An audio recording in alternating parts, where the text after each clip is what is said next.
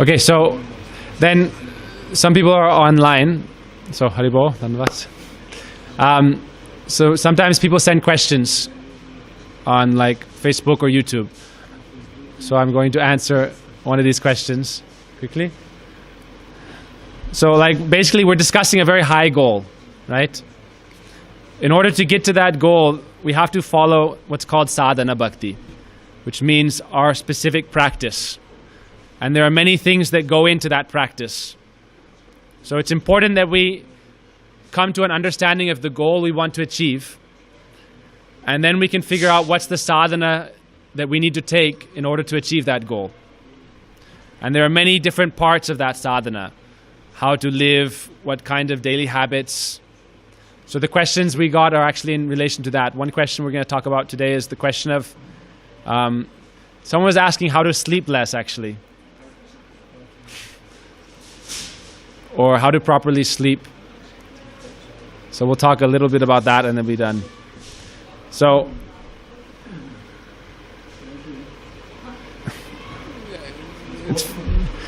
Prahlad Maharaj says that in the Bhagavatam, Prahlad Maharaj said that Pungsavarsa satam yayus tadardam chajitatmana nishvalam setanda ratri setanya prapidastama. That Prahlad Maharaj said that of the human lifespan we have about 100 years to live. Nowadays 80, 90 on average. And of that, usually about half of it is spent in sleep or in some kind of wasting time. So to reduce sleep means we don't want to, tad ardham chajitatmana, ardham means half. So he said that about half the time is spent in tamagun. Tamagun means the mode of ignorance. So sleeping, or we waste time in many other ways. Intoxication, or just wasting time on YouTube or Facebook. There's many ways we can waste time. So he said that about half of human life is spent in sleep or in other ways of wasting time. So if we want to achieve perfection in sadhana, we have to reduce the amount of time we waste. And that also means we should reduce the time that we're in tamagun. Tamagun means the mode of ignorance. We want to rise up to a higher level of consciousness. So Krishna teaches us how to do this in his Bhagavad Gita. So when we say how to sleep, actually the question isn't how to reduce our sleep, but the question is how to sleep the proper amount for our level of sadhana. So there's a verse in the Gita that Krishna says, Yukta hara viharasya, yukta chestasya karmasu, yukta svapna vabodasya, yogo bhavati dukaha. Krishna says that if you want to achieve yoga, yoga means like the perfected state of meditation in like samadhi. Or yoga also means on the highest level, connection with the divine. Yoga means connection or union. So Krishna says if you want to achieve yoga, bhavati dukkha. Dukkha means the cessation of suffering. So if you want to get to the achievement of yoga and to free yourself from suffering, then you have to follow this process. So Krishna says, yukta ahara, yukta vihara, yukta chesya, yukta karma, and yukta svapna vabodasya. So yukta also is very similar to yoga. Yukta means appropriate but also connected. This is the meaning of yukta.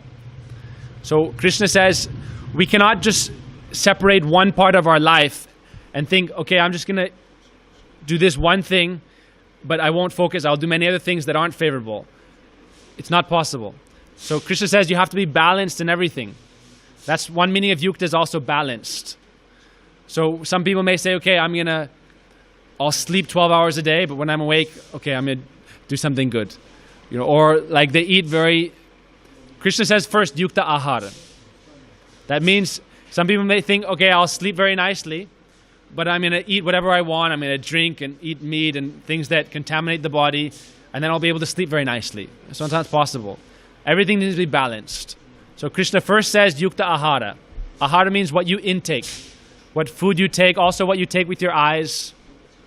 We consume with our eyes, with our ears, also even with the mind, what we are always thinking of. This is one kind of intake, kind of consumption. So yukta ahara, first we need to make this balanced in spiritual life. That's the first thing. So if we want to think that, like for example, I want to sleep and I should be very peaceful and very relaxed. But if we're always eating things that are in the mode of passion or rajagun, then they create diseases in the body, and they make it very difficult to sleep nicely also. So first thing is you should be eating properly. And that's why first, when we say what should we eat, it should be what is offered to Krishna first. And then if we say it should be offered to Krishna, then it has to be something that is fit to be offered or something that he will accept. Like Krishna will accept cow milk, but he won't accept cow meat, for example. So if we say yukta ahara, we'll only eat things that Krishna likes, then automatically we start to learn what does Krishna like, what can we offer him. Krishna says in the Gita, offer me a leaf, a flower, a fruit, or some water, and I will accept it, if you offer it with purity and devotion. So that's why a large part of our life is centered around, we prepare some offering of food that is pure, and we offer to Krishna and accept that. That is how we properly eat. And it should be something that is sattvic. Sattvic means in the mode of goodness. It said if you eat food that is in the mode of passion, rajagun, it causes disease to the body. The symptoms are given in the Gita. Something that's very spicy, very sour, very extreme. You eat a lot of that, you get sick. And then your body becomes out of balance. So Krishna says we can't achieve yoga if we do things like that. So yukta ahara first means we have to eat properly. And the best way is we take prasad, but we also have to take according to what's favorable for the body so that the body can do sadhana. The body is a vehicle, and we have to give it the right kind of fuel also. But first we offer it to Krishna and then accept it. So that's yukta ahara. Then you have yukta vihara. Yukta vihara means like your recreation. Means it also has to be balanced, not too much. It means you need to have some time. If you're always working, then you'll get stressed out. You have to take some break and relax. So yukta vihara means how you relax also. Then yukta viharasya, yukta chestasya. Chesta means your activities. These also have to be properly balanced. Yukta chestasya, yukta karmasu, and then yukta swapna vabodasya. Swapna means you're sleeping and you're waking also. So all of this should be balanced. So then there's different techniques to balance that. So first, if we balance our lifestyle by monitoring what we eat and living like in the mode of goodness, things like fruits. It's said that if you take seasonal fruits and vegetables, it's very healthy for the body. So like certain fruits when they're in season. And also you should, it says in the one limb of bhakti is offering fruits and vegetables and other things to Krishna that are in season. So we offer these to Krishna and then we can take this. So then to the question of sleeping. So it's said that when we sleep, Gurudev said that first we should have our room clean. Simple things, you know. We think I'll sleep and I'll be very nice. My sleep will be very nice, but the room will be very dirty. So the room should be clean. And said also we can light incense and offer it, and then incense can be there. You can, if you have the ability, then you can also have a ghee lamp, and you can offer a ghee lamp in like a special, like a lamp container. You can offer that to your picture of your deities also, or like a picture of your guru, because that what the incense and the lamp does is any kinds of bad energy that are present in your room will be dispelled. And then you can get to a state of peace in your mind, that you can relax. Also simple things, like it said, even we see science says, like if you're always like looking at a computer screen or a phone before you try to sleep, it agitates the mind, and it also makes the mind think it's like daytime, so it's difficult to sleep. So simple things like that, like even things like having a lot of Wi-Fi signals in your room, you know, you should turn off your Wi-Fi, shouldn't have your phone by your head, because these have radiation. And these affect the body. So these are simple things. But also it said that your bed should be very clean, your sheets, your cloth. Because all these things affect the mind. Now we're in a physical body, so all these things affect the mind. And if we don't live in a clean way, then we're not going to be able to develop in spiritual life. We'll always remain in this low mode of ignorance. And it'll be very difficult for us to get out of it. It's described like you want to be clean, so you take a shower. But then after you take a shower, you immediately go and lay in the mud. Then how are you going to get clean? So first you need to change your habits. So if we have the habit like we always like to be dirty and filthy like a pig, then we think I'll go and take bath and then immediately I go back into my bad habits. Then it's very difficult to advance. So in our process we learn that we have to start giving up our bad habits and replacing them with good habits. And it can be very difficult, but if we start to follow the process gradually, then we can do it. So Krishna says that also in the Gita, Krishna says this verse that whatever you do, you should do it as an offering to me. Krishna says, Yat karosi yadasnasi yas johosi darasiyat yat tapasyasi kunteya tat kurusva madarpanam. When you are eating, sleeping, walking, or doing anything, if you do it internally like you're doing it as an offering, then it will become yukta, appropriate, balanced, and it will help you achieve yoga. So many people may try to do these things like become expert in some kind of different yogic practice, but they have no devotion. Then ultimately it's described to be like ornaments on a dead body. It's said that you can have so many good qualities, but if you have no real spiritual life, then these qualities are just like ornaments in a dead body.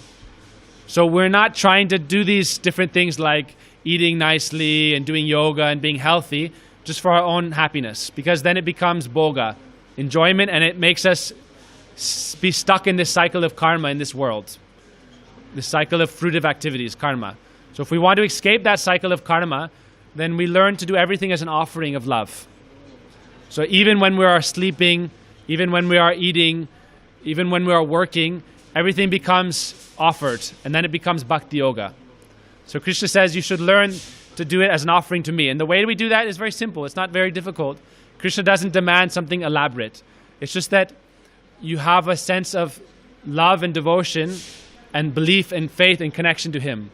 So that you understand that I'm here in this world fulfilling my duties, but really I'm trying to make my connection with Him and make my relationship established with Him. So everything I do, I try to center it around Him. And that's why we also worship the deity form of Krishna. Because by worshiping the deity, naturally our activities become centered on Him. So that's part of our process. So just to finalize, it said that sleep is a very special thing.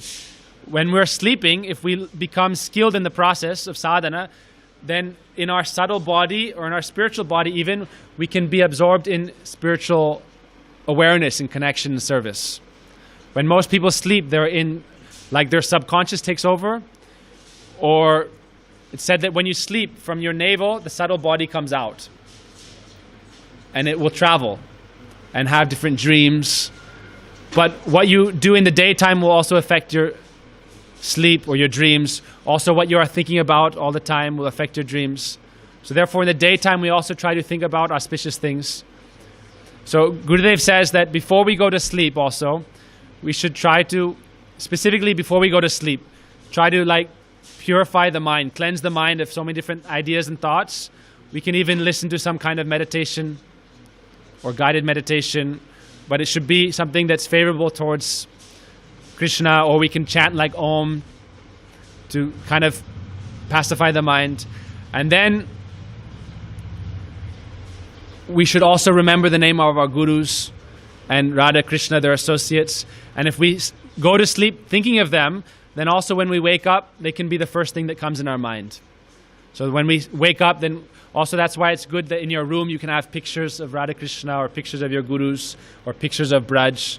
All these things are going to help your mind focus itself on ultimate reality. Like we're lost in this world of illusion. We think I am this body and everything that I'm doing, this is what's really important to the self. But we don't really know our true identity even. So all these activities we're doing, it's trying to focus our mental energy and our spiritual and physical energy so that we can truly actually realize who we actually are, and then achieve our goal of life ultimately. So like Prabhuji says that sleep is actually the best time, because when you're sleeping there's no distractions. So if you come to a high state of spiritual life, then when you're sleeping, then you can directly go to that world and serve there. So that's why we see like Raghunath Das Goswami, in another one of his prayers, he sings, actually Gorkshwar Das Babaji Maharaj wrote this. He said, Chapan danda ratri dine jane na radha govinda vine, tarpar chari danda suti thake swapne radha govinda deke. That throughout the whole day, he's always meditating on Krishna, Radha Rani, and serving them. So that therefore when he sleeps, naturally his mind is also there. So whatever we do in the daytime, if we're always absorbed in that in the day, then it's going to affect our sleep as well. But in the daytime, we have many other duties and responsibilities sometimes in life. But when we're sleeping, it's our time. So if we follow the process of spiritual life nicely, then that time we sleep can become the best time. And then it will re-enliven us or rejuvenate us so that we're able to fulfill our dharma or duty in waking also. Most people, when we're awake and we have different duties in life, when we sleep properly, then it rejuvenates us and we're able to act properly when we're awake as well. But it said, like Raghunath Das Goswami, he only has to sleep like an hour and a half, 2 hours a day. And when he's sleeping, also internally, he is in that world in Braj serving as well. So that's kind of the stage we're trying to get to. And to get there, we have to follow the process. So we have to gradually do it. We cannot artificially say, I'm only going to sleep half an hour a day. We have to gradually do it. And by gradually following it, then we can ultimately attain perfection in that. Okay? Vancha kalpadurubhasya kripa sindhubhyeva cha patitanang pavanebhyo vaishnavebhyo namo.